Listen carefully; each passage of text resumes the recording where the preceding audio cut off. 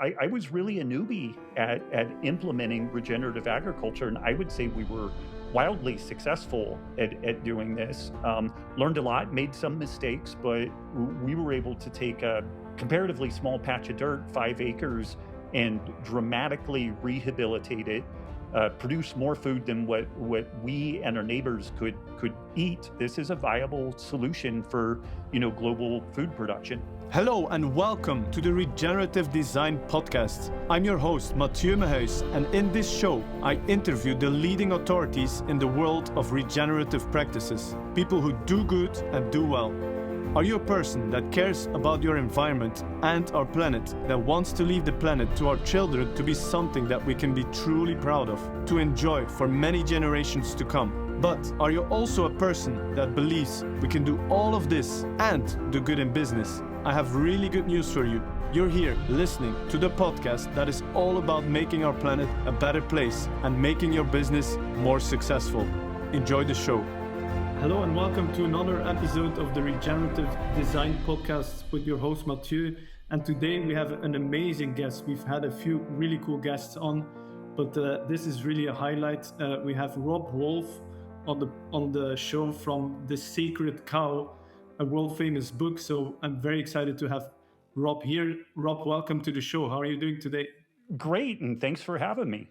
Yeah, so I'm very excited, and I'd love to start by going a little bit back in history, and I'd love to understand, like, from you, how did you get in doing all this work that you're doing today? Like, were you born on a regenerative farm? Were you working with cows since you were a child, or how did all of this happen? No. I lived in a rural area of Northern California and had family that had animals, and I helped a bit. I would spend summers with cousins and stuff like that. But I can't say that, I had a deep steeping in all this. I guess my career has been defined by dealing with a personal health crisis. I was in graduate school, living about as antagonistically towards health as you could possibly imagine. I lived in Seattle in a basement apartment. The one tiny window in the place faced north. The ceiling was about 6 inches above my head. Oh my God. Like many, aspiring grad students and stuff like that, I had this sense that, I would sleep when I was dead. So I slept like 3 hours a night. Oh, I was wow. eating a vegan diet at the time, which I think may work well for some people. It absolutely didn't work well for me. But in looking back, my sleep and circadian biology were a disaster. I wasn't eating in a way that was good for me. I had huge stress levels. I didn't get my vitamin D levels checked until much later after this health crisis, but it was totally cratered. And so when I look back, if I were to write a prescription for how to break someone and make them unhealthy, I was doing virtually all of it. I mean, I could have been smoking and drinking a lot of alcohol and doing stuff, and that would have been, worse too. But I ended up with ulcerative colitis, and right now, so I'm 5'9", I'm about 170, 175 pounds. At the low ebb of my ulcerative colitis, I was about 125 pounds. So if you imagine 50 pounds less of me, like I was very, very sick. And this is what got me into, all of the paleo, keto, ancestral health type stuff. And that was around 1998. And that definitely saved my life, like without a doubt. Eating in this different way saved my life. But thinking about food and its impact on the environment and impact on the world and whatnot has always been part of this stuff. And it was around 2001, 2002. I had a buddy of mine who was also vegan. I wasn't at that time, and we would go out and have a couple of drinks and just hang out and chat. And this was at a time when people of differing ideologies could and would still be friends would hang out with each other. Like that, that just doesn't happen these days at all. It seems like, but he would give me grief about, okay, maybe this helped you eating this way, but how are we going to feed the planet? You're being really wasteful with resources and stuff like that. And I just started thinking about it, and probably having a couple of ciders in me helped the free association a little bit. But I looked at them and I was just like, dude, like cows eat grass. Like, what are they stealing from people? And that's not the total story. There is some feedlot finishing with grains and some other things along that line. But that Yeah. really got me thinking about, well, okay, what are the full ecological impacts and economic accounting of raising food, and that inspired me to start looking into these topics. And this was, man, 12 years, 10 years, 12 years before Alan Savory's really seminal YouTube video where he talked about Yeah. His uh, TED Talk. culling elephants and what a disaster that was, and this thought that grazing animals were damaging to grasslands, when in fact the two things co-evolved over Yeah. tens of millions of years. And probably my Wow. my first public debate around regenerative ag, animal husbandry, and whatnot. I had moved back down to Chico, California, which is where I did my undergrad. And Chico State's pretty well known for a very robust ag department, and Hmm. a number of the professors there are very into regenerative ag. And so I wasn't in a formal program, but I would spend time with them chatting about these topics. And I remember there was a kind of a public debate about the role of meat in a Meat. sustainable, food environment. Yeah. And there were probably about 15 people there talking about how it was a disaster and going to destroy everything and unethical. And I was literally the one person there defending the counterpoint. And I Yeah. leaned into a lot of economics, what's called non-equilibrium thermodynamics, which is thinking about energy capture and whatnot. And Hmm. so it's been a long run with that. And we have at a personal level, although I wasn't raised with animals, we've been fortunate enough to live a number of places where we could have animals and did have animals. Like when we moved to Reno, Nevada, we bought a 5-acre property that had Wow. been horribly overgrazed for ages. Like the people had horses, and horses can be incredibly uh, Overgrazing. Yeah. they have a They tendency to overgraze. Yeah, man, they they eat just it they yeah, like they a shave it down to golf. nothing. And so we ended up with a mix of sheep, goats, and cows. And I really didn't know a ton of what I was doing, but I talked to people who were more knowledgeable than myself, and used portable electric fencing, Oh was really wow. judicious in moving the animals around. I did some Amazing. kind of wacky stuff, like we have cats and dogs, and I would take their feces and like throw it out in it, we would graze an area, move the animals. We did flood irrigation in this area, so then I would try to put some nitrogen rich manure and whatnot in the area. We didn't worm our animals, and so pretty quickly, like we had these dung beetles out there moving the dung around and Yeah. stuff like that. But it was shocking, within 2 years, the amount of grass that we were able to grow and the Hmm. change in the erosion patterns that we have Oh were yeah. just jaw dropping. And then 5 years later, our neighbors still had horses. They were still overgrazing, and I mean they had very patchy grass in their pastures and whatnot. In Yeah. the areas where we would keep the animals out of it for a period of time so that we could grow the grass, like it would get like waist high. It was crazy, and they just couldn't believe that we were able to do this. And Yeah. this isn't a person that, even though I'm passionate about this topic and maybe understand the broad brushstrokes, concepts. I was really a newbie at implementing regenerative agriculture, and I would say we were wildly successful at doing this. Learned a lot, made some mistakes, but like we figured out that goats are an absolute pain in the ass, and they're not actually that great for the environment that we were in. Sheep and cows were much better options, but we were able to take a small, comparatively small patch of dirt, 5 acres, and dramatically rehabilitate it, produce more food than what we and our neighbors could eat off of the area. And you know, this is the stuff that has continued to encourage me to both learn about these topics, Hmm. but then also to really lean into the idea that this is a viable solution for, global food production. It's not appropriate on every patch of ground, but it's more appropriate than not.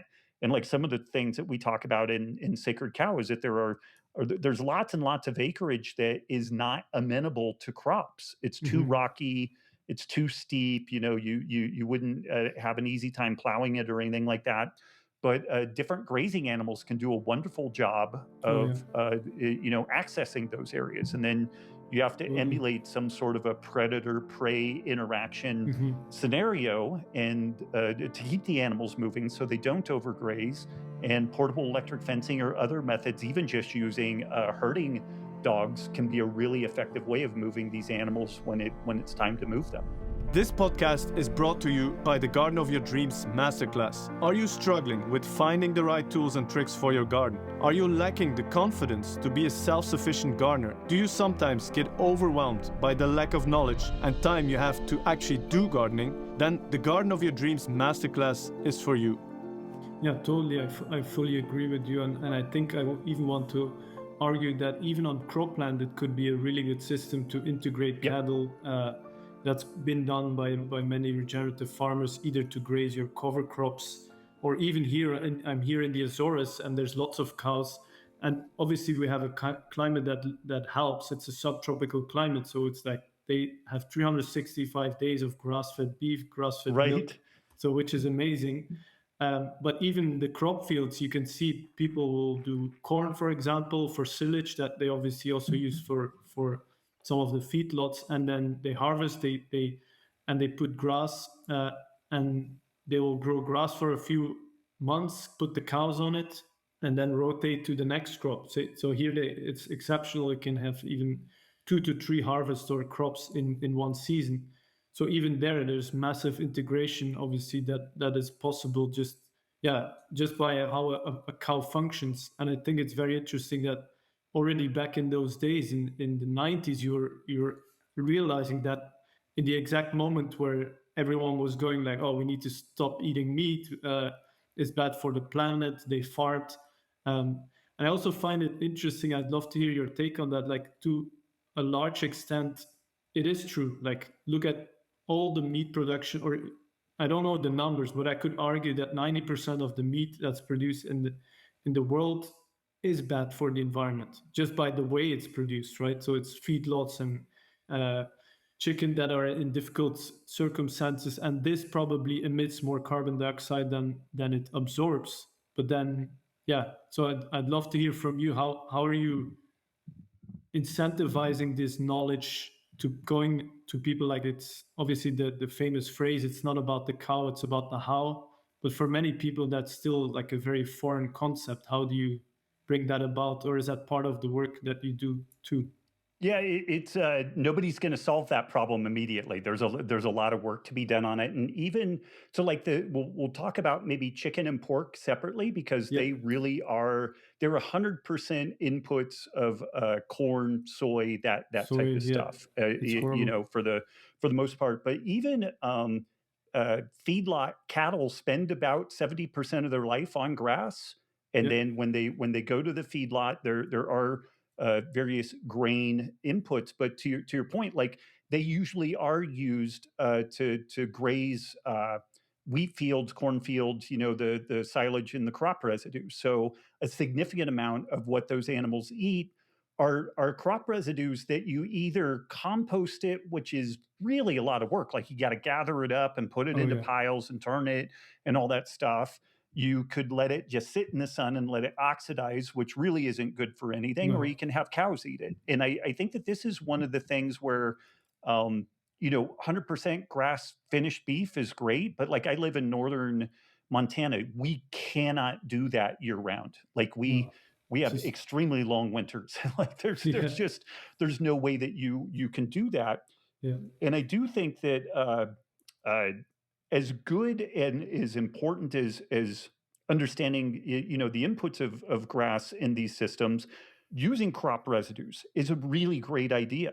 Some application of grains is not a bad idea. As far as all that type of Yeah. stuff goes. And so I think that people have to really understand that there's I think the thing that wins doesn't look like Monsanto. It doesn't look quite like the what we see in the mega farm scenario, but it also doesn't necessarily look 100% like Joel Salatin everywhere. Like No. not everywhere is amenable for doing that. He lives in Virginia, and although technically that is a four-season environment, they don't get much snow. Like they Mm. kind of have access to grass almost year round. So Yeah, yeah, you have to think about the practicalities of that. totally. With chicken and pork, it is 100% grain soy inputs, and Yeah, it's interesting. Historically, pork, the way that it played a role in the food system was human waste and food scraps were fed to pork, yeah, and about 50% of the food that is produced globally is landfilled, like it's just thrown away. yeah. And And then that in a creates methane gases. That's yeah, probably it emitting. self-create, which I'm not that worried about because No, it's part of a biogenic cycle, and yeah, we could that's talk true. about that stuff. Like you have a carbon molecule in the atmosphere that gets pulled into a plant. That plant gets eaten or composted or something, and then it either gets re-emitted into the environment as carbon dioxide or as methane. And the methane has about a 10-year half-life in the environment, and then it gets Mm. broken down into carbon dioxide and water. So like Nice. that biogenic cycle is by and large a net zero, issue. Like I just it's really hard for me thermodynamically, energetically to get spun up about that. And when you really hold people's feet to the fire about like you walk them through this stuff, and it's funny with kids, you can walk them through the carbon cycle and they get this very quickly. With adults, you get it's a hard thing to get them to understand the Interesting. Yeah, simplicity of the carbon cycle, yeah. but like pork, arguably we should be feeding the pork that we eat all of the food waste that we are not eating, instead of just like drumming up corn, Soy. soy, and other products like that to feed to the pork inputs. We have tons of food that could go into feeding these animals that is otherwise just landfilled. And there's some That's interesting interesting. examples around that. There's an outfit in outside of Santa Fe, New Mexico, that they had raised pigs there for ages, and they went to the local town and they basically asked for all of the local restaurants, the grocery stores. They provided these 50-gallon plastic drums that they would encourage them to put their food waste in, and then Yeah. these folks would drive around, pick this stuff up. They would autoclave it, which is basically like sterilizing it, the high temperature, high pressure sterilization. Then they would feed that to the pigs. And Oh, so within that area, these local pig farmers end up providing most of the pork for that region, and it's amazing. all from food inputs that would otherwise just be, landfilled. Oh And so yeah. but most places it's illegal to do that. Oh my There's God, that's all these crazy. provisions against taking food waste from Or restaurants. animal And safety, they will yeah, call it, yeah, or yeah, yeah, animal hygiene, whatever. yeah. They, And I that's think that very interesting. there are ways that it can be done hygienically and smart, and you can have some standards in that stuff. It is Mhm. really interesting. Chicken historically was like a very rarely consumed Yeah, item because birds on the trophic scale are very difficult to raise. Like they will pick at grass and greens and stuff like that, and it's very good for their nutrition. But from a caloric standpoint, they need to eat bugs and seeds and things like that. And in the United States, it was right around Herbert Hoover's time that one of his campaign monikers was "a chicken in every pot," because chicken was a very rare item actually oh yeah, it was a before. And Sunday. It was like the Sunday lunch yeah, meal, not yeah, necessarily beef. exactly. Yeah, Yeah, beef and lamb were the primary inputs, and it's because those things eat grass. Like they're the yeah, easy things to raise, yeah. And as we learned how to industrialize our food system, as the Industrial Revolution fed into fertilizer, synthetic fertilizer, various types of synthetic pesticides, the ability to mass scale Yeah. do planting and harvesting and whatnot. There Yeah. was such a surplus there that we could take this very energy inefficient animal, a chicken, and now chicken is consumed much more More. than beef and lamb is, in Hmm. particular lamb. Yeah.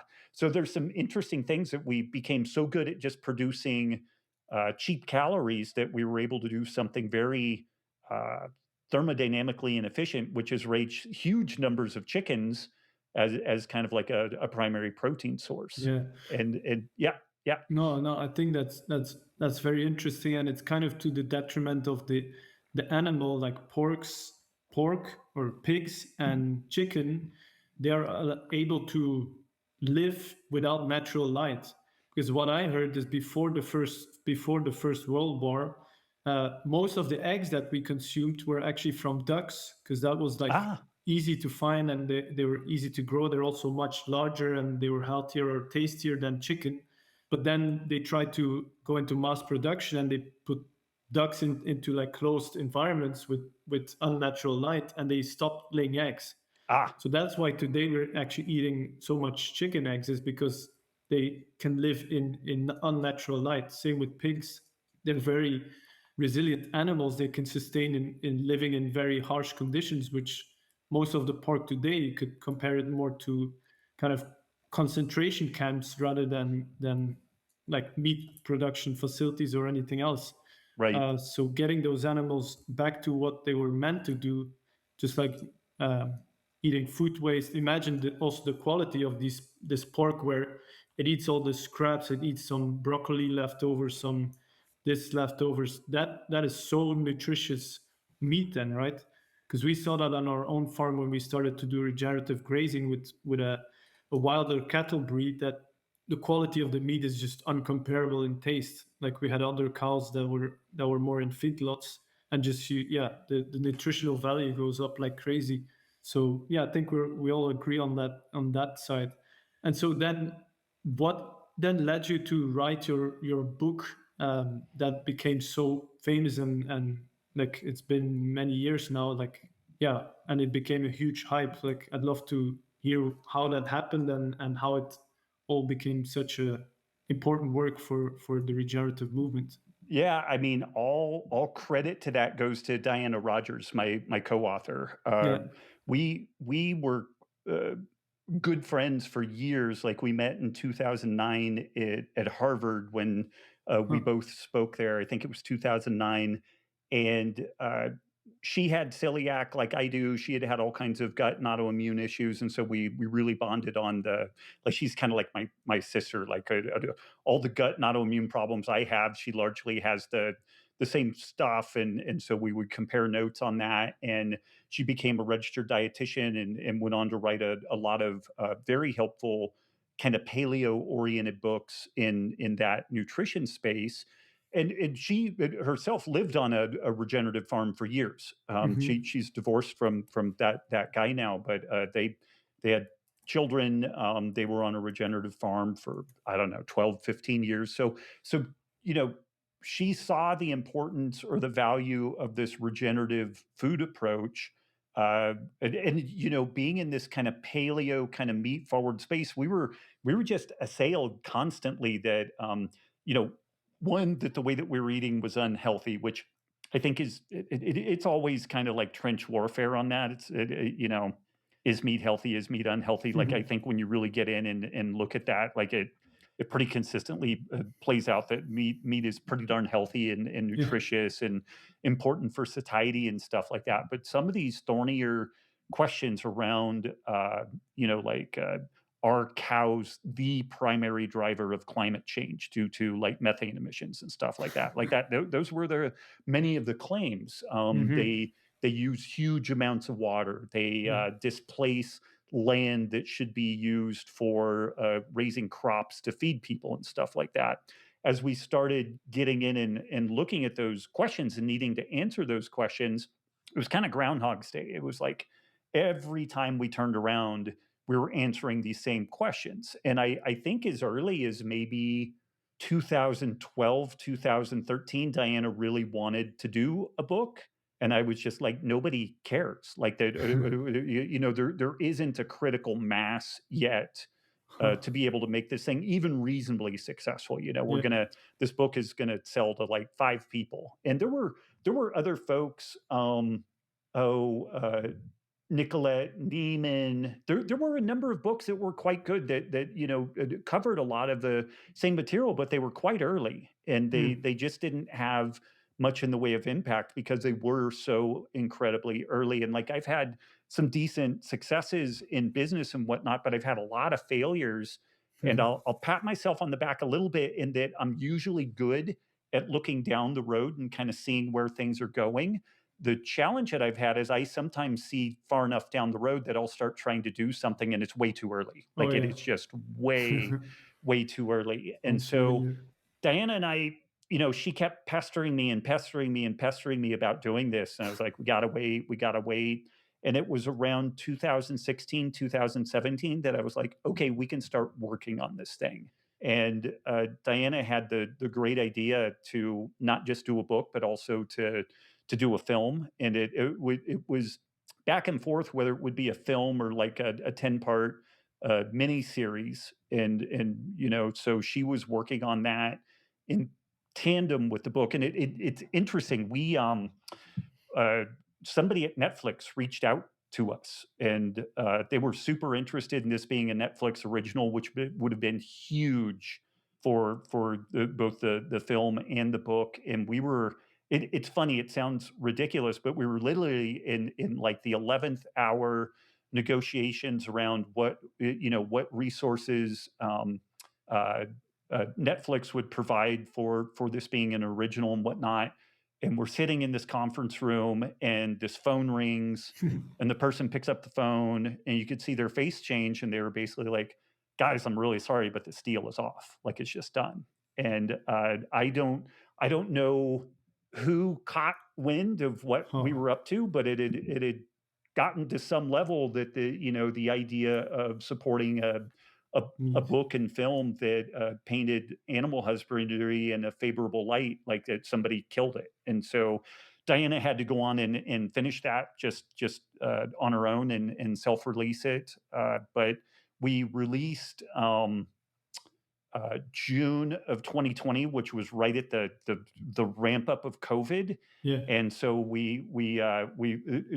the book did well, but we didn't make New York Times bestsellers list because Amazon, and it was kind of fishy, but Amazon, when you try to make a run for the New York Times bestsellers list, all of your pre-sales and then all of the sales from Tuesday through Sunday add up to whether or not you make like that first week on the bestsellers list. And Bestseller. if you make the bestsellers list, then you have a likelihood of making the next week and the next week. Like it's a virtuous cycle.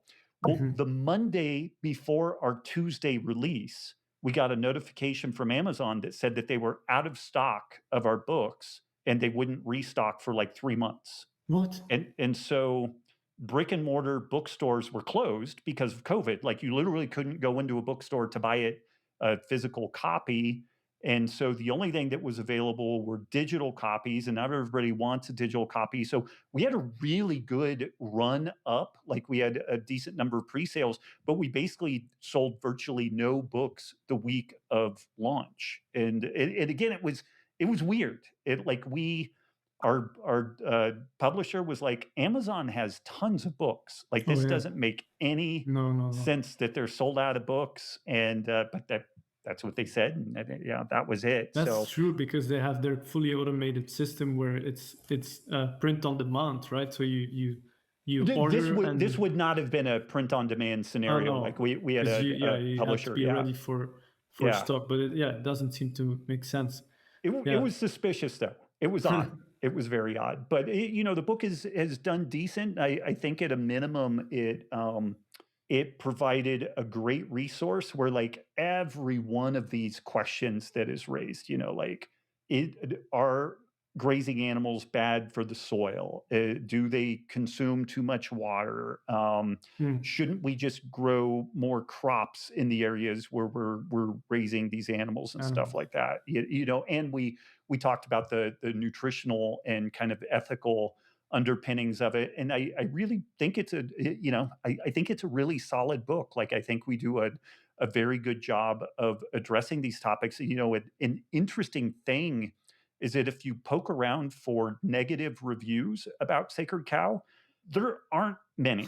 And I think that part of the reason for that is that we did a good enough job on the book. It's Yeah. really difficult for people to do a hatchet job on it, Yeah. Yeah. because if they misportray what's in the book, then we can come back and say, like, hey, that's not remotely what we said. Yeah. And so I really expected there to be a lot of negative reviews, negative press on it, and there's actually very little. I think that it was good enough that people decided we just shouldn't say anything about it, Yeah. Yeah. one way or the other, on the negative side. So, That's like, it's amazing. funny, out of any of the books that I've done, this one probably had the best overall, you know, total reviews and Yeah. support online, because I think that we did a good enough job. People didn't want to bring it up at all. Yeah. No, I think that's very interesting because obviously, when you look at fragmented problems around the world, it's easy to fragment a certain thing and then be like, okay,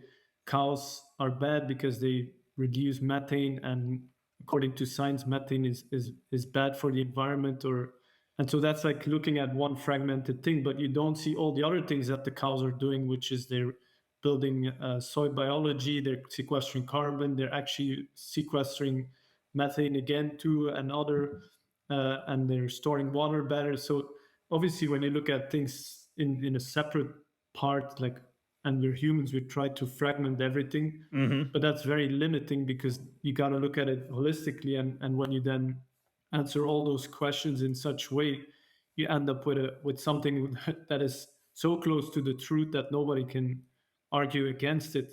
And I love that because I realized that myself firsthand some time ago. Like, I think I came across regenerative farming about 10 years ago. And I was like just growing up, starting working in business. I grew up on an industrial farm.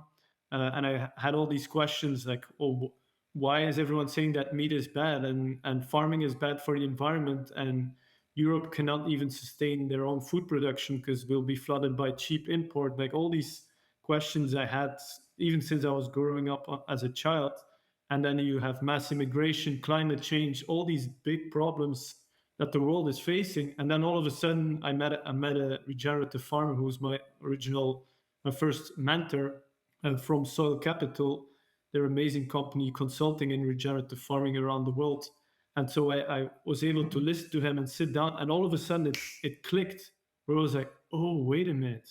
So if we solve this one problem with doing regenerative farming, in either by grazing animals, by integrating cover crops, by reducing chemical inputs, now we can actually solve all of these other problems. Oh, this is really interesting. Right. Where and then it's like, because otherwise, I think a lot of people are still in that like dooms thinking, like everything's messed up and we have migration, all these separate problems. But there's actually ways, and I believe agriculture is the cornerstone of that solution.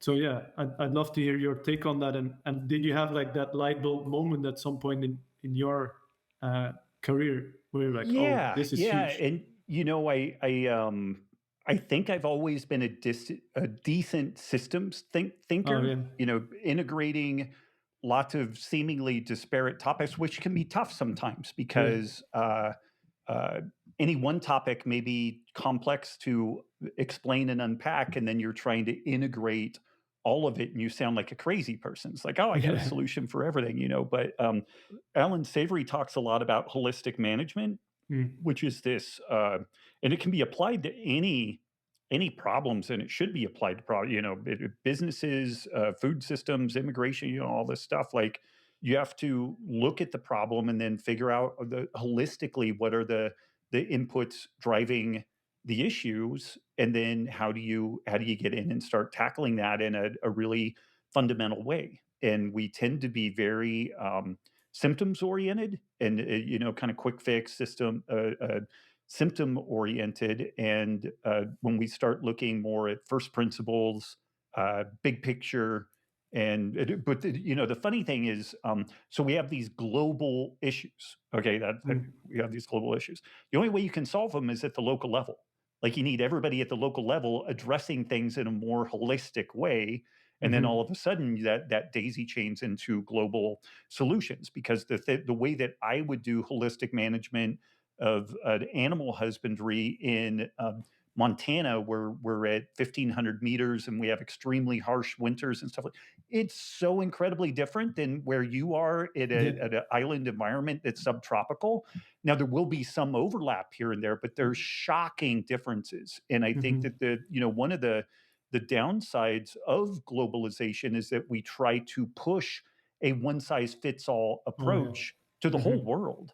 And it sucks because Yeah, it it doesn't doesn't address work. anybody's needs. Like people need to really figure out better how to address the needs on their individual levels. Like I saw there are some people reversing desertification in the edges of the Sahara, and they do these kind of wind trap type things with Yeah. particular plants, and it kind of reminds me of Dune, where they capture moisture out of the wind, but they actually do that. And Yeah. so they start off with these things that slow the air, and you get some moisture, and you start growing some plants, and then they very tentatively start bringing in some grazing animals, and they're reversing the desertification of the Sahara Desert. And this is another one of these things that, the point that we made in the book. Deserts are a symptom of ecological misuse. They aren't Mm. really a normal feature. It's really interesting. Like in the United States, between Las Vegas up to Salt Lake City, and then kind of out going towards Denver, that used to be a massive grassland. It is Mm. basically a desert now. And there was a Big old planes. movie, 1930s, something like that, called The Ocean of Grass, and it talked about this giant grassland. But this area was grossly mismanaged. It was overgrazed, Yeah. and so you can overgraze an area, you can undergraze an Degrees. area, but you know, getting back in and looking at kind of local solutions. Like there are people in the desert Southwest that are now employing these regenerative practices, and where we used to have scrub brush, it's still a dry area, but they're converting that back into grasslands. Like as part of the book and the film in Sacred Cow, Diana interviewed a rancher down in the Chihuahua desert, and it's like when you're driving towards his place, it's just cactus and scrub brush and like virtually nothing green, and you go and go and go, and then out on the horizon you can See. see No there's way. some, what is that? And it's like chest high grass. And these guys over a couple of decades have employed regenerative practices, and where it was incredibly hard to grow anything there, and they had historically overgrazed the area, they've learned how to use portable fencing and move the animals around and whatnot. And so even though it's a very arid, dry landscape, it does get rain. But when you don't have perennial grasses there, the rain falls, it runs off, and then that's it. But when you start converting the area to grasslands, the rain falls, it goes into the soil, these tap roots in the grasses. Like if the Mm-hmm. grass is a meter tall, the roots can be 2 meters deep Two or meters. deeper.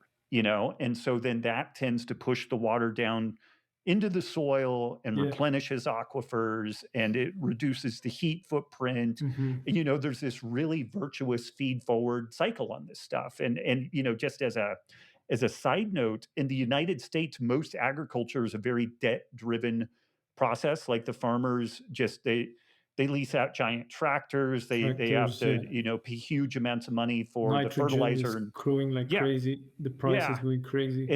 And what's interesting is these regenerative approaches. It's hard work. It's definitely hard work. It's not the quickest way to be a millionaire by any means, but No. it can largely be a non-debt driven system. Oh yeah. Like, yeah, yeah, It's funny that you mentioned it because I just saw a rancher from Texas and he was interviewed and he says like the way I'm successful is I don't go in debt and I don't buy things that I don't need. So he doesn't yeah, have a tractor.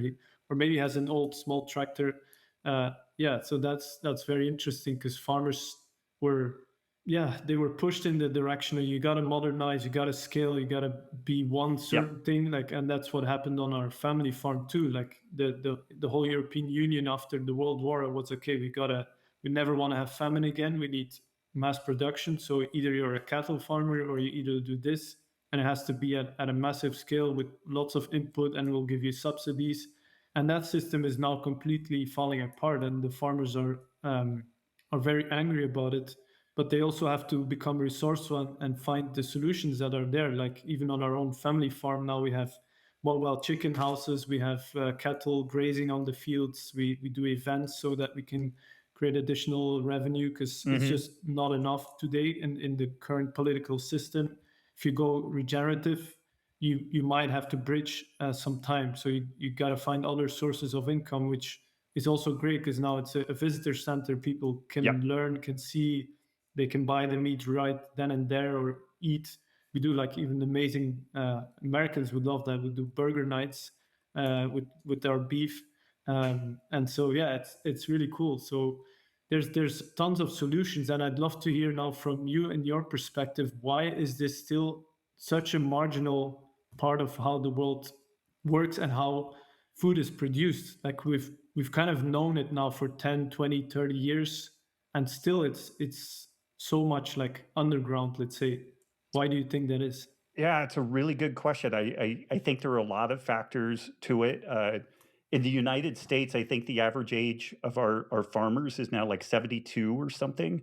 They're all aging out, and as they age out, their children, by and large, do not take over the No, farms, that's and so very then common. they sell the farm into a conglomerate, and so there's just been huge consolidation. So that's a thing, and these large players that are consolidated, in some ways they are not well incentivized to do regenerative uh, ranching and farming. I think that the incentives are more in the small to medium size operator. Yeah. The larger players, once you hit a certain degree of scale, the farm subsidies and all that type of stuff, like it becomes a little bit of like golden handcuffs. Like Oh it's yeah. really difficult to get out of those systems. And usually it's based on how much land you own, right? In Europe, you get a certain amount of subsidies based on your acreage or hectares. Mhm. So then these big conglomerates, they get lots of subsidies, and then that's almost a business model in and of its own. Y- So they buy huge tractors and Yep. farm whatever they can Yep. um, in a Yeah. certain way. Yeah. And I mean, in the United States, we have crazy. The incentives are so broken. Like there are farmers that are paid not to grow food. So they don't produce too many soybeans this year, so the prices plummet in the No. market and stuff like that. Shit. And it's hard because you do have to protect farmers. Like Yeah. one bad year could destroy a farmer.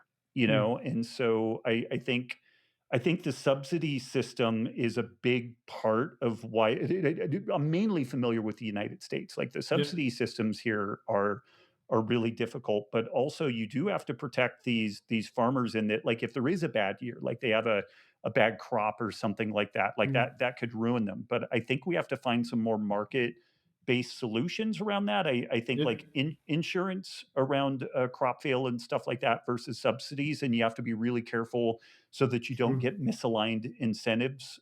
Yeah.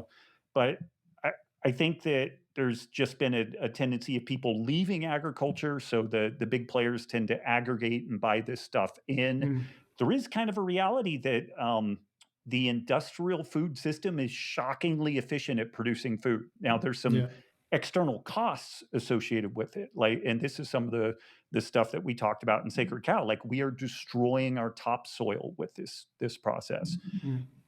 There was a thought that there's like 60 harvests left or Yeah. something, and then the topsoil will be gone. And when we tried to track that down for Sacred Cow, like that, it's a meme that just came out of a woman who was speaking at the World Health Organization, and just somebody asked her, how many harvests do you think are left, and she said maybe 60. And so Yeah. So there's it's no not a no scientific research, thing. no nothing, but it became this thing that's actually cited in scientific papers now. But we don't know how many harvests we have left, but we absolutely are destroying our topsoil. And when the Mm. topsoil is gone, that's it. You're not growing any food, whether it's cows or corn, you know? And No. so we have to figure out some way of dealing with that topsoil and to your point, like that rotational grazing and you know, you do a crop and then a cover crop and then have the cover crop be grazed.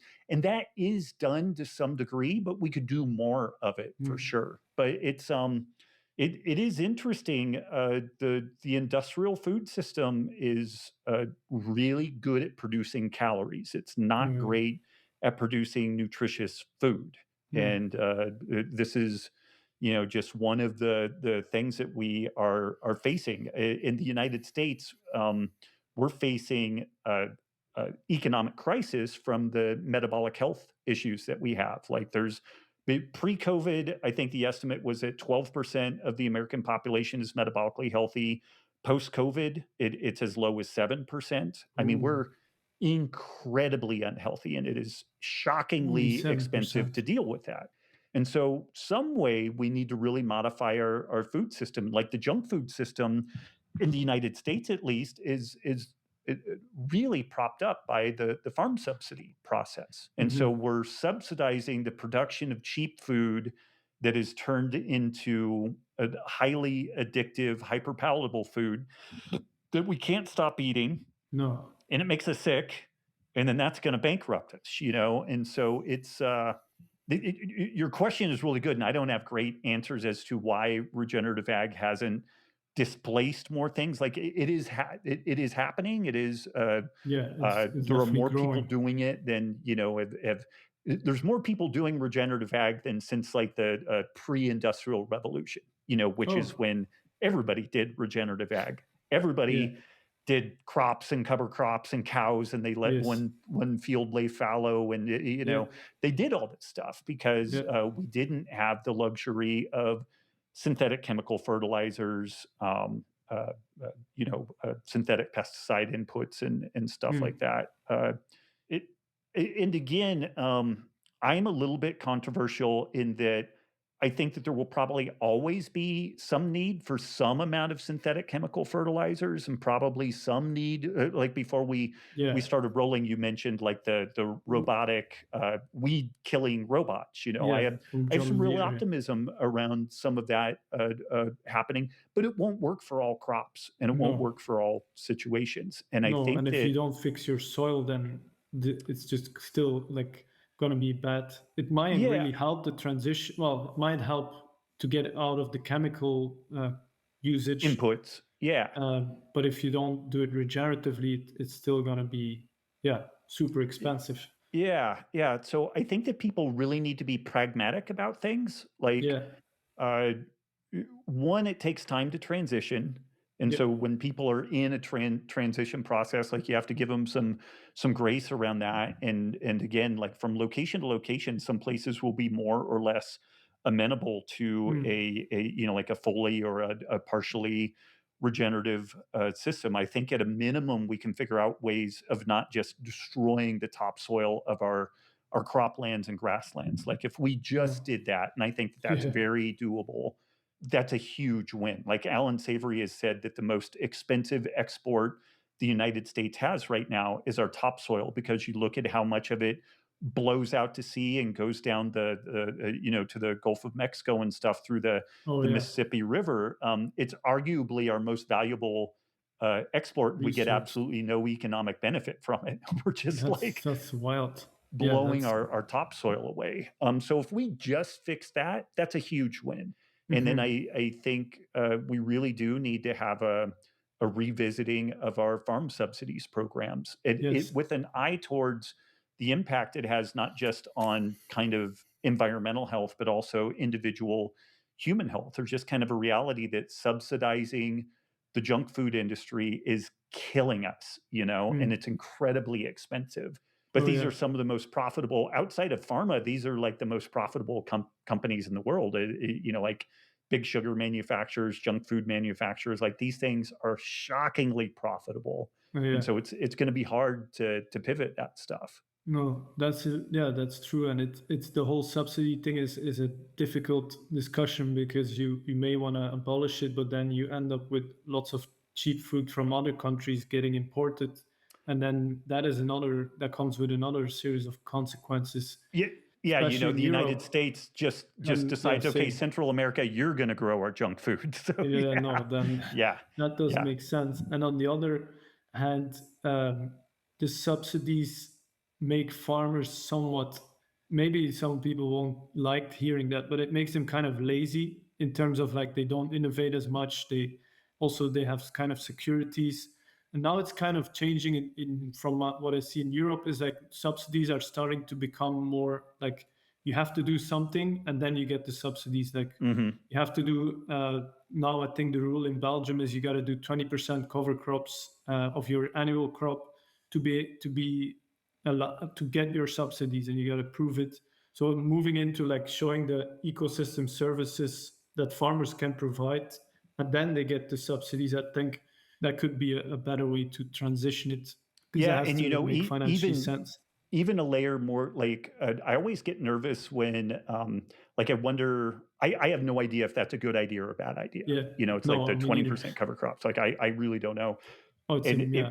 what would be interesting is if you improve your soil carbon content Yes. Now we're over a talking. 5-year period, and if your biodiversity of insects and Yeah. birds Yeah. increases, like it, it, people respond to incentives. And so, like, if we can figure out some ways of getting some ecologically impactful incentives, then I think Yeah. that's a good thing. And the thing that makes me nervous is you have people in Washington or in the centralized part of the EU. Europe in They've Brussels. Yeah. they've maybe had a house plant before. They don't know a goddamn thing No, about, that's any of really the this. And truth. and so it's important that those incentives are well thought out, or Hmm. they could be a bigger disaster than the current system. Yeah. No, Yeah. yeah, that's true. I was actually part of like a group that recommended to the European Commission, and we did a workshop. And one of the things that was brought up was exactly what you said. So when farmers can show that there's more insect, or like, however, the biodiversity is increased, and um, that helps. But also, it's interesting when farmers, like we saw it on our own farm, we have like a beautiful hawk on our farm that's only in the region of our farm and north of France, and they're very rare.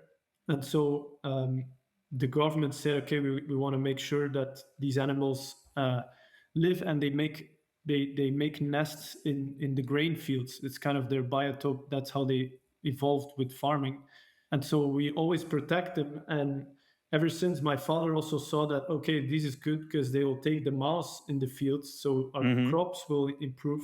He's now the one that put up like the special poles for them to do what they like. They need certain things. So it's interesting when farmers can start to see like, oh, this is actually good. This I have a hawk on my field. They're catching all the Yep. mouse, and finding ways to incentivize or educate farmers on all the benefits and how it's other than the subsidies that could be extremely helpful. Yeah. Yeah, yeah, and I suspect some of these places then, hey, every Sunday you can come out and pay €10, €20 to bird watch this unique family Yes. of hawks, Oh yeah. and then it Yeah. We have becomes, yeah, Yeah, we have yeah. these groups at home. They're like kind of like Bird nature watchers are nerds. crazy. Like they're They're absolutely all like crazy. Yeah, camouflaged, and they come to the farmer like, okay, yeah, seems to be very special. So that yeah, that works. And then farmer can obviously do guided tours, also create extra income of that. There's a lot of opportunities I think for farmers. I think farmers are sitting on a gold mine if they want to see it and open their doors and change and uh, get creative. Obviously, that's not easy. Like in our farm, also my sister joined the business and she's doing marketing and branding and all that good stuff. But the great thing is we're creating lots of new jobs. Like we have more staff on the farm than ever. So it's really cool to see that rural jobs can be created too. So not everyone has to move to the city. So yep, yeah, we're getting towards the end of our conversation here. I just still have one more question. I'm just excited to hear your perspective also on the obviously the new presidency and the new direction that RFK Jr. is going with farming. Yeah, I'd love to hear your take on that. Do you see that as something positive? I think it is. In Europe, a lot of people are very skeptical about it. So yeah, I'd love to hear your take on it, Oh and man, hear. you finished off with the really spicy meatball. Yes. It it's funny. Uh, I think I did two tweets supporting RFK like early when he was an independent candidate for president actually, Yeah. and I have gotten absolutely Hammered. eviscerated for this.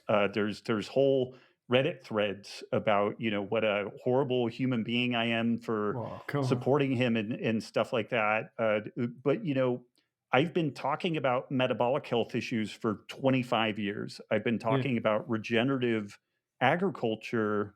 Gosh, I don't know, almost 20 years. I mean, my first public debate about this stuff was 2005. Mm. So it's 20 years. Soil health, all that jive. I didn't think I would ever live to see a prominent political figure talk about metabolic health, Yeah. regenerative ag, and soil health in one Exactly. sentence, and he Yes. does. Yeah. Does he get all of it right? No, but when you look at the past five secretaries of health and human service, they didn't talk about any of this Anything. stuff at No. all.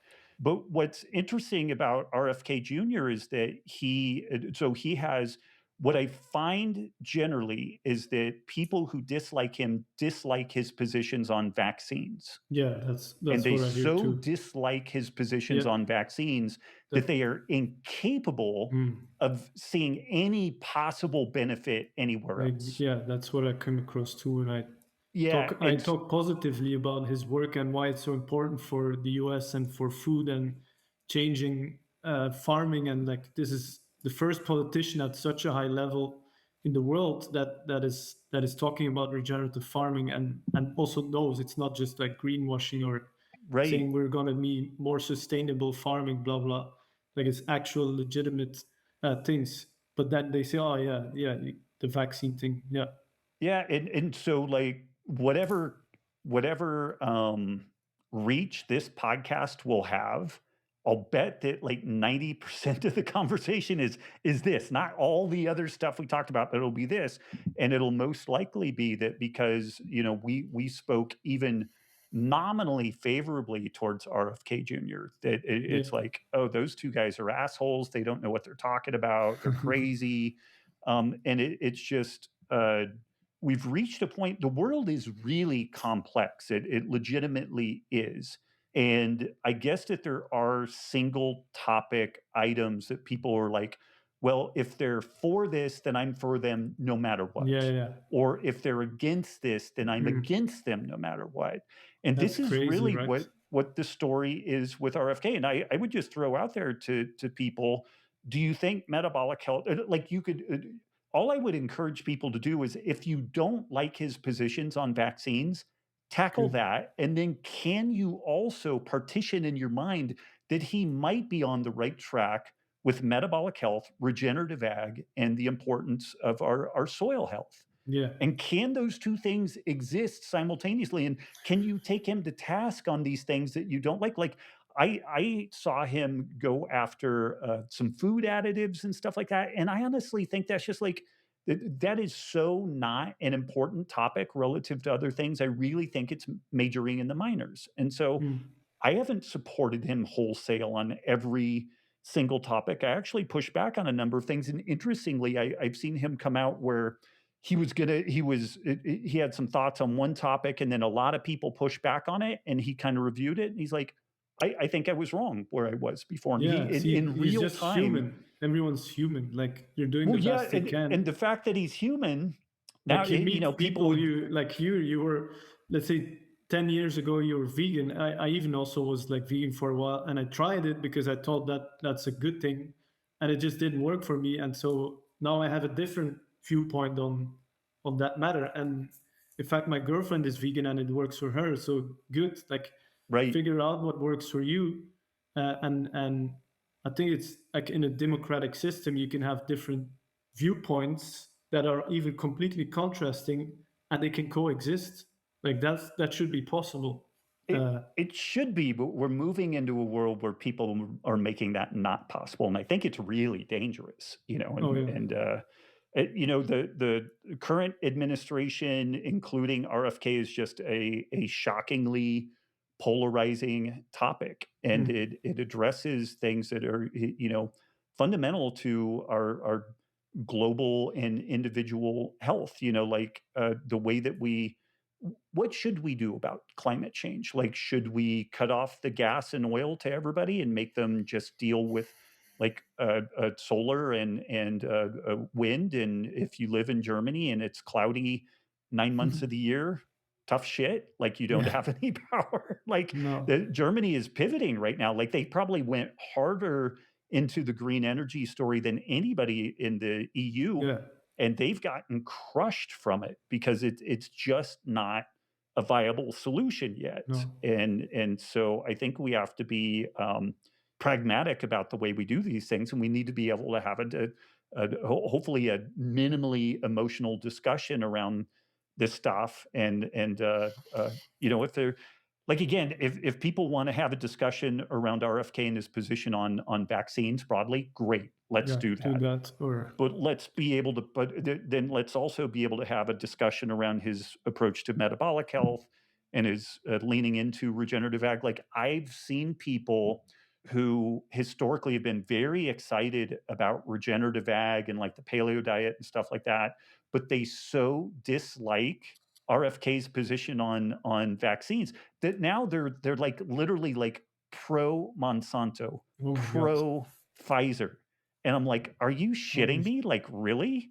Like, I just this is crazy, just because yeah. they're literally incapable of being able to partition these different characteristics and go forward. So, again, like, a really good question. Am I hopeful that RFK will be able to do some good stuff? Yeah, I am, and I think he's had some wins. I think he's had some misses. I've called out the misses, and I Mhm. think that that's what we all should do, but Yeah. we should be able to handle that in a way that we're not just like screaming into the wind and No. yeah, yeah, yeah. No, I fully agree. It's like, yeah, in a well-functioning democratic system, different points can exist, and that's actually They the have purpose to of they have exist. to. It's not even, Yeah, yeah, yeah. that's what a democracy really is. And yeah, it's interesting what I learned from one of my mentors is also like the more different viewpoints you can handle at one given time, the better your life is. Like if I can and believe different things at the same time that are both true, but they're also a little contradicting. If you can Yep. just understand that both are right and true, or that right and wrong is not even that important. It's just like that's true. Then This your life applies is gonna here. This be applies there. yeah, Yeah, yeah. your life is going to be so much easier, and you don't have to end up in on going on forums and raging about something or having all these people going crazy on certain topics. Yeah, I think it's an interesting evolution that we're going through, and I'm excited to see where it's going next. And I'm committed to regenerative farming and design and all that work because it just makes sense, and the work you've done your book is an amazing proof of it. So yeah, very cool to have had the opportunity to be able to have you on the show and talk to you. So yeah, Rob, any final words of advice that we have for the listeners? Most of our listeners are often young people that are wanting to step into regenerative businesses. They want to do something good for the environment, for the world, but they also want to obviously make a business out of it. Like, yeah, what's your final piece of advice for people stepping into that? Man, I again, you ask really great questions. You do a great show, and I think Thank doing you. stuff like this where it's a passion is super important for everybody. Like, do something that you're passionate about. I think that that carries through to the rest of the world. I, with AI and all kinds of other things, we will live through the greatest rate of change of any humans in history. Like, more is going to change in our lifetimes and at a greater rate than ever before. And the most challenging thing for any organism to deal with when we look at biology, ecology, extinction, is that things that can't adapt to rates of change go extinct. And this is true at like a species level and at an individual level. And people are going to need to be incredibly adaptable and flexible. And your commentary there near the end about people need to be able to hold disparate thoughts in their head at the same time, just even as a mental exercise, Mm-hmm. this is going to be fucking non-negotiable going forward. Oh yeah. People who are so inflexible that it's like there is only one worldview and only one way to look at stuff. You will not adapt. Those No, people will you're not gonna. Yeah. adapt. And so I would actually direct them back to your commentary that at a minimum, people just need to be able to hold different ideas in their head at the same time. And that doesn't necessarily mean that you will have the ultimate truth in that moment, but the fact that you're able to do that, it will allow Mm-hmm. you to be open to finding truth. No, yeah, And I that's and I interesting. think that when the world is changing as rapidly as it is, what's true today may not be as true tomorrow, on a host of different topics. And so Mm-hmm. that would be the thing that I would encourage people to do is look towards resilience, look towards adaptability, and you'll probably do pretty well. And I guess one final thought is there will be a lot of change. We are going to go through probably some rough patches as the world changes at this rapid rate. But I also think it's going to be a very optimistic future. Like I'm very, very optimistic about the Mm-hmm. future. Um, the Great Depression, World War I, World War II were difficult times for people to get through. And during those times, it probably looked incredibly bleak and like there was nothing good that was on the horizon. But the best days that we had were ahead of us at those points. And I Mm-hmm. think that we're in some tough times right now. There's a lot of transition, a lot of upheaval, but I do think that our best days are ahead of us. Nice. Yeah, I love that. That's a great way to end the show. So thank you very much, Rob, and hope to have you again in the future to give you more updates on the work you're doing. Thank you. Thank you.